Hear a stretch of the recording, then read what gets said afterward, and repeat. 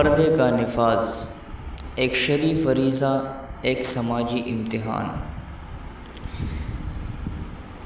اسلام محض ظاہری عبادات کا مجموعہ نہیں، بلکہ یہ ایک ہمہ جہت ضابطۂ حیات ہے جو فرد کے باطن و ظاہر، خلوت و جلوت اور روح و جسم پر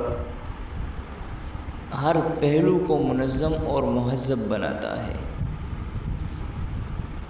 اس دین فطرت نے جس طرح عقائد و عبادات کی اصلاح پر زور دیا، ویسے ہی معاشرت، اخلاق اور شرم و حیا کے آداب کو بھی دیانت کے دائرے میں داخل کیا۔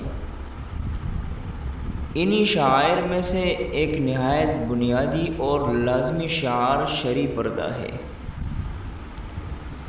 تاہم عصر حاضر میں جوائنٹ فیملی سسٹم کے تحت زندگی گزارنے والی مسلمان عورت کے لیے اس فریضے پر مکمل عمل پیرا ہونا ایک منفرد چیلنج بن چکا ہے۔ سسرال کے مشترکہ نظام، دیور و جیٹس جیسے غیر محرم مردوں کی روزمرہ موجودگی، گھریلو فرائض کی تقسیم اور معاشرتی دباؤ، یہ سب ایک نیک نیت عورت کو کشمکش میں مبتلا کر دیتے ہیں۔ مگر قرآن کریم نے انہی حالات کے لیے تسلی آمیز وعدہ فرمایا، وَمَن يَتَّقِ اللَّهَ يَجْعَل لَّهُ مَخْرَجًا، اور جو اللہ سے ڈرے اللہ اس کے لیے نکلنے کا راستہ بنا دیتا ہے۔ شرعی پردے کا دینی پس منظر۔ شرعی پردے کی بنیاد قرآن و سنت میں نہایت واضح ہے۔ یہ محض معاشرتی روایت نہیں، بلکہ ایک الہی حکم اور ایمانی علامت ہے۔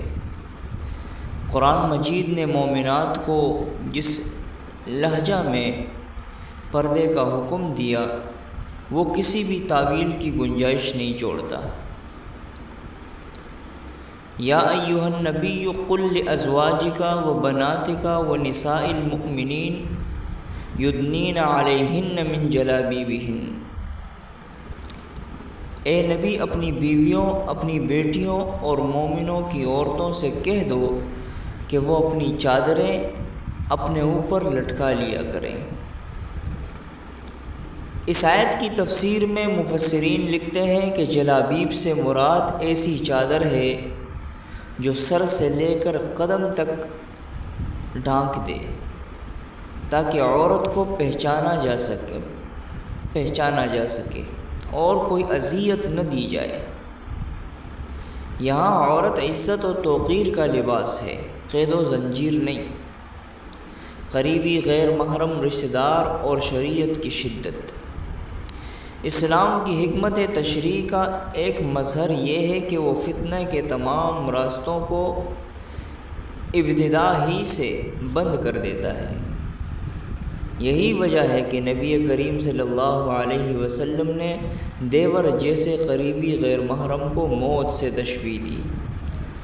الحم الموت، دیور تو موت ہے۔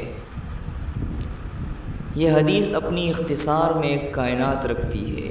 امام نووی رحمہ اللہ اس کی شرح میں فرماتے ہیں، دیور اور جیٹ سے پردے کی تاکید اس لیے کی گئی کہ ان کا آنا جانا عام ہوتا ہے اور فتنے کا خطرہ شدید تر ہوتا ہے۔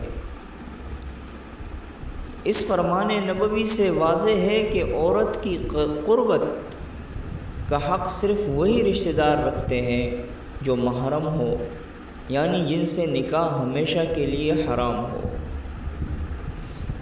جوائنٹ فیملی میں شرعی پردے کی عملی حکمتیں۔ ایماندار عورت کے لیے یہ سوال پیدا ہوتا ہے کہ جب ہر طرف غیر محرم ہوں تو وہ شرعی پردے پر کیسے عمل کرے؟ یہاں کچھ عملی تدابیر پیش ہیں۔ ذاتی حدود کی تعیین۔ الگ کمرہ میسر ہو تو وہی دائرہ عافیت ہو۔ اپنی خلوت کا احترام کیجیے اور غیر محرم مردوں کی موجودگی میں غیر ضروری آمد و رفت سے اجتناب کیجیے۔ مشترکہ مقامات پر احتیاط، کچن، صحن یا دیگر جگہوں پر ایسے اوقات میں جائیے جب مرد موجود نہ ہوں۔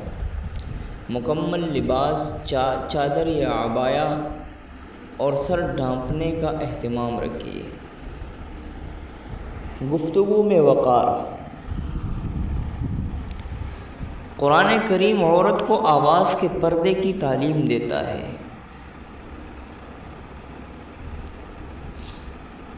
فَلَا تَخْضَعْنَ بِالْقَوْلِ فَيَطْمَعَ الَّذِي فِي قَلْبِهِ مَرَضٌ۔ لہجے میں نرمی نہ اختیار کرو، کہیں وہ شخص طمع میں نہ پڑ جائے جس کے دل میں بیماری ہو۔ لہذا وقار کی گفتگو، نظریں جھکی ہوئی اور رویہ باحیا ہونا چاہیے۔ گھر والوں سے شفقت اور حکمت سے معاملہ، پردے پر عمل کرتے ہوئے خاندان میں مزاحمت ہو سکتی ہے، مگر اس کا حل نزاع نہیں بلکہ محبت، حکمت اور صبر ہے۔ قرآن کہتا ہے ادع الی سبیل ربک بالحکمۃ والموعظۃ الحسنہ، اپنے رب کے راستے کی طرف حکمت اور عمدہ نصیحت کے ساتھ دعوت دو۔ اگر عورت خالص نیت، نرم لب و لہجہ اور حسن اخلاق کے ساتھ پردے کو اپناتی ہے تو آہستہ آہستہ دل بدلنے لگتے ہیں اور رویے نرم پڑ جاتے ہیں۔ پردہ قید نہیں، وقار ہے۔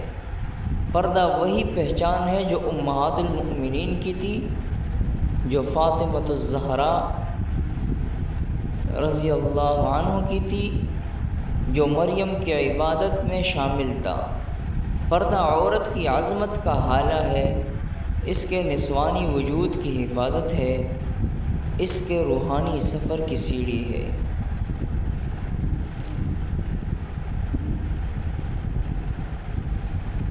ذالک ادنیٰ ان یعرفن فلا یؤذین، یہ طریقہ اس لیے بہتر ہے تاکہ وہ پہچانی جائیں اور انہیں اذیت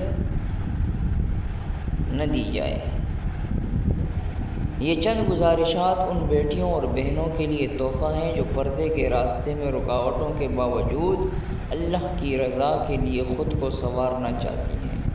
یاد رکھیے، لوگوں کی رضا کے لیے جیو گی تو بکھر جاؤ گی، اللہ کی رضا کے لیے جیو گی تو سنور جاؤ گی۔ اللہ تعالی ہمیں پردے کی حقیقت، حکمت اور جمال کو سمجھنے، اپنانے اور اس پر استقامت کے ساتھ قائم رہنے کی توفیق عطا فرمائے۔ آمین یا رب العالمین۔